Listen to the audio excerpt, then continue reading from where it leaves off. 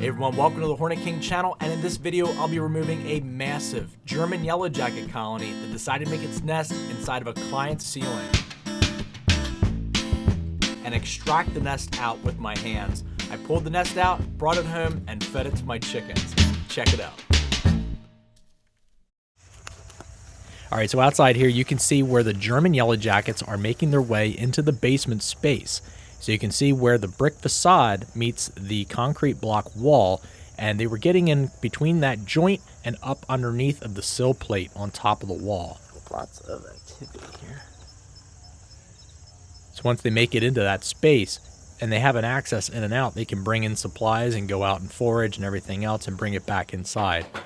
Alright, so making it into the basement, I just started removing the tiles because at this point I did not know exactly where the nest was within the rafter space, but I knew obviously it was in this corner because that's where they were going into.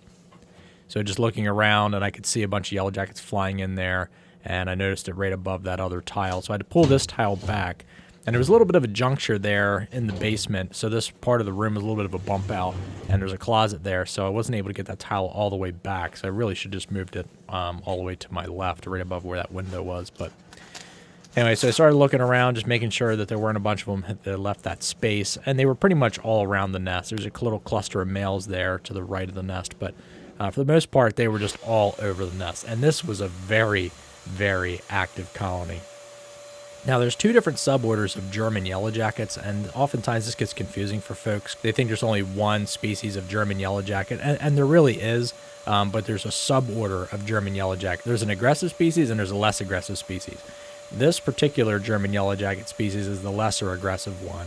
They will also make a less durable nest, so their comb will be a little bit more floppy, and their envelope will be a little bit more sporadic and kind of like clustered and not really like layered like a bald-faced hornet colony.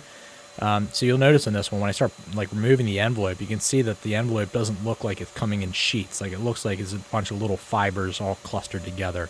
So that's how you know when it's the lesser aggressive German yellow jacket species.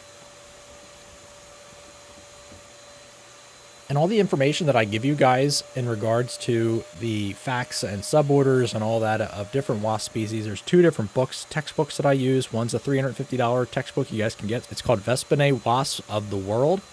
You can find it on Amazon for like $300, $350 or whatever. And then there's another one called Yellow Jackets of the World. They're both great textbooks, and they go through the different suborders of wasp species, mainly hornets and yellow jackets. So if you're at all interested in that, you can check those out, and then you guys can get a little bit more information on the wasp species that I talk about here on the channel. So just breaking in through the envelope layers and exposing more of the comb.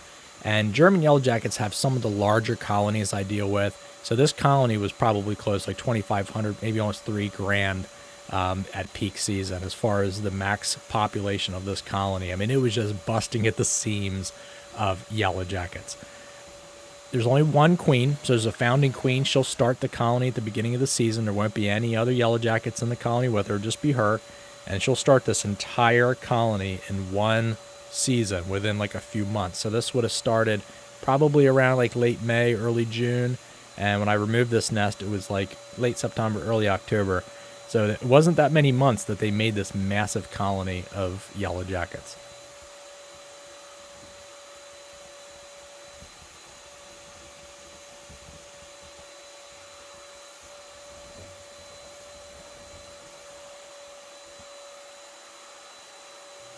So you see them caked all over the window. Now, people often ask, like, why don't I just leave the window open and let them fly outside?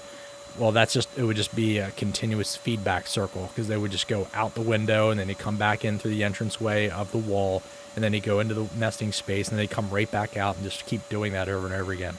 So if I keep the window closed, then they're going to fly to the window just for the light, trying to get out, and then they'll land on the glass, and then I'll just vacuum them all up. The idea here is to remove the nest, not just let them free, right? So I want to make sure I'm vacuuming everybody up.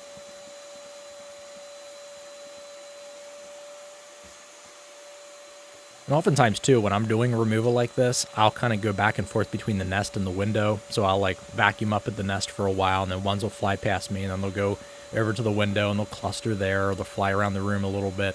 And then I'll go back to the window and vacuum them up again, and then come back to the nest, and then the nest will be all caked with yellow jackets again. So I oftentimes will bounce back and forth between the two.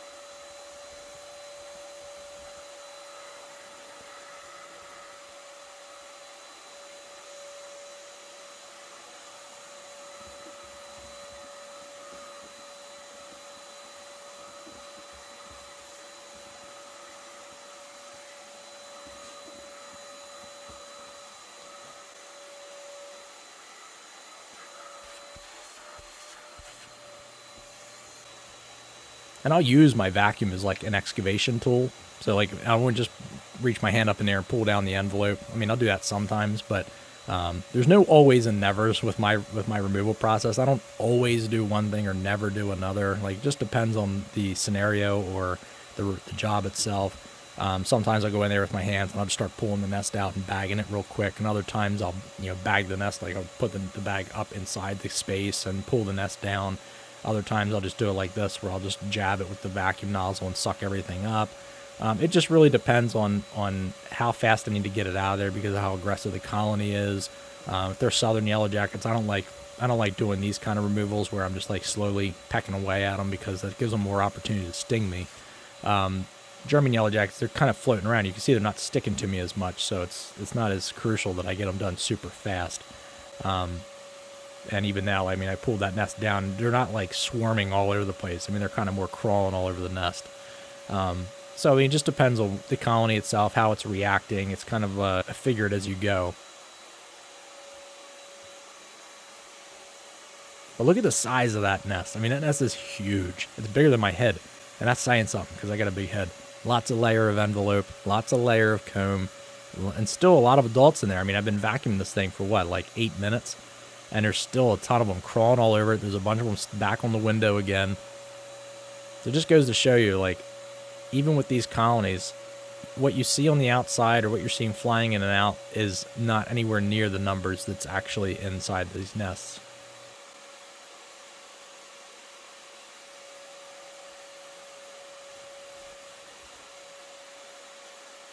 Just bagging it up. People have been asking more recently why this year I used trash bags instead of my bins.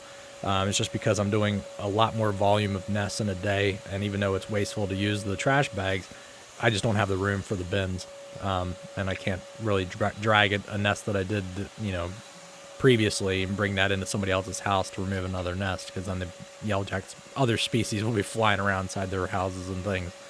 So, yeah, using the trash bags, it's just easy peasy. I can bag them up, and then I bring them home, put them in my refrigerator so I can cool down any of the adults that are still between the layers of comb, and that kills them, but still preserves the larvae themselves. That way they can be fed to my animals. So now that I got the nest out, it's just a little bit more damage control, getting the rest of the envelope out, getting the rest of the wasps out. Yes, yellow jackets are a type of wasp. Going old school in this video. I mean, I try to get a lot of the envelope. It's not realistic to get every little morsel of envelope out of these spaces, but just for out of courtesy for the homeowner, I try to get as much of the envelope out as I possibly can.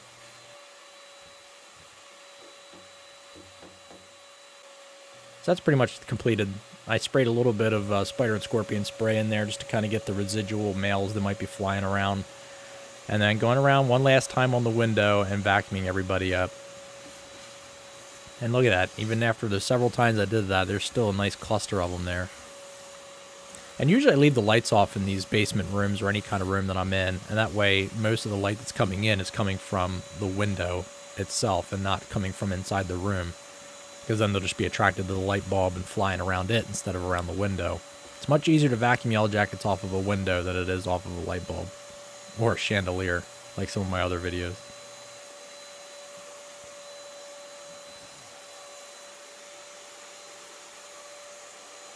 Still a couple rogue ones just floating around there.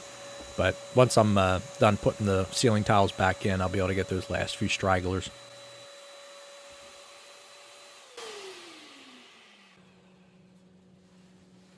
So at the end of every removal, it's always putting everything back together exactly how it was before I went down there, aside from the yellow jackets, of course.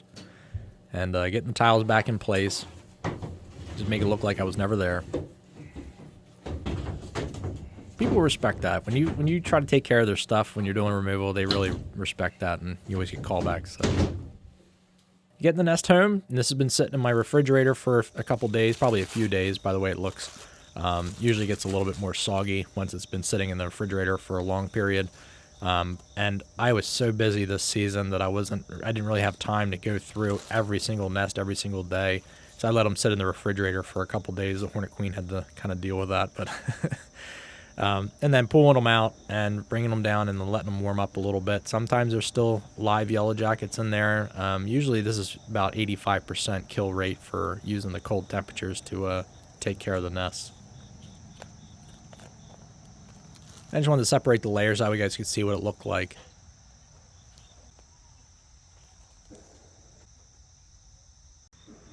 Spotted lanternfly carcass. So they do eat spotted lanternflies, everybody. So yellow jackets are a predatory species, and they kill a lot of other insects and things, including spotted lanternflies. The big ones here are European hornets, and then there's a eastern yellow jacket, and then 2 German yellow jackets, and then these are Vespula vidua. So I just wanted to show some different species so you guys can see what they look like side by side.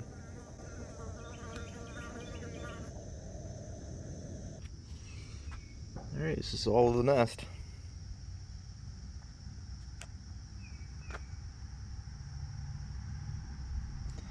This is all started by 1 queen.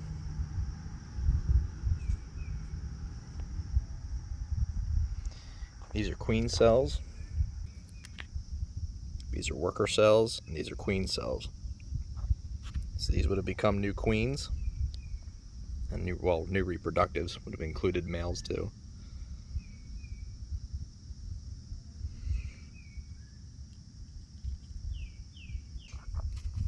It's a queen and a worker. Significant size difference between the queen and the common worker.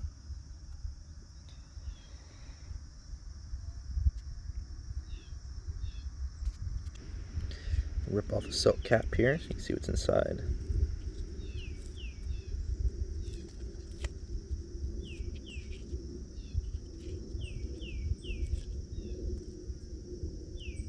Just pupating adults underneath the silk caps. Here's an adult that's would have been soon ready to come out. Not quite. Still developing.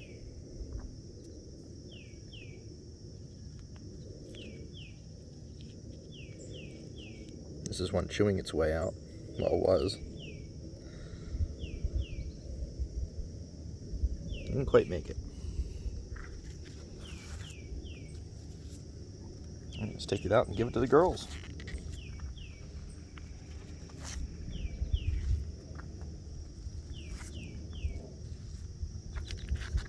This is the whole nest. It's good size, probably about 8 pounds. We'll take it out and give it to the girls.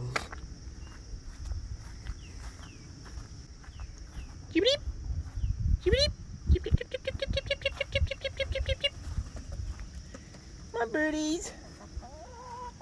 Are you guys ready for this nest, birdies?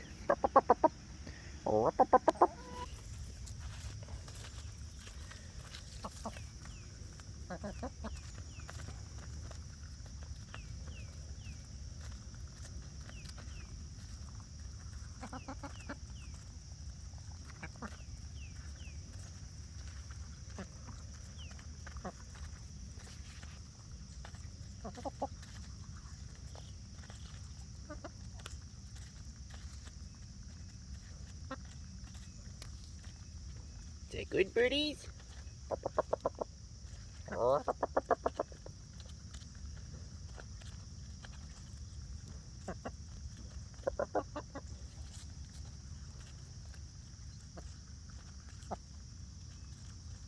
Hey, Giblet. Hey, nice Giblet. Oh, here's a good girl. That's a good Giblet. It's a good Giblet.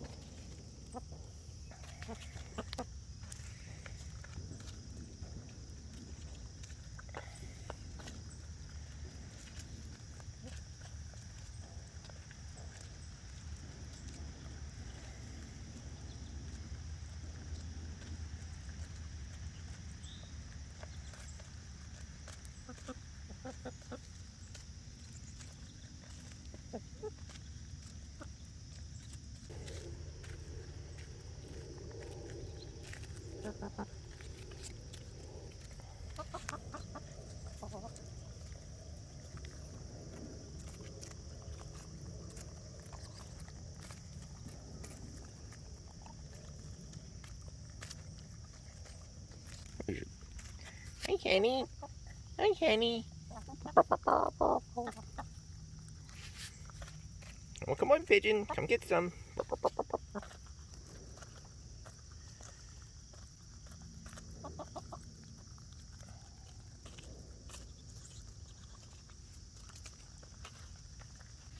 Alright, how about we flip some of these off of here so you can get to all of them. Here.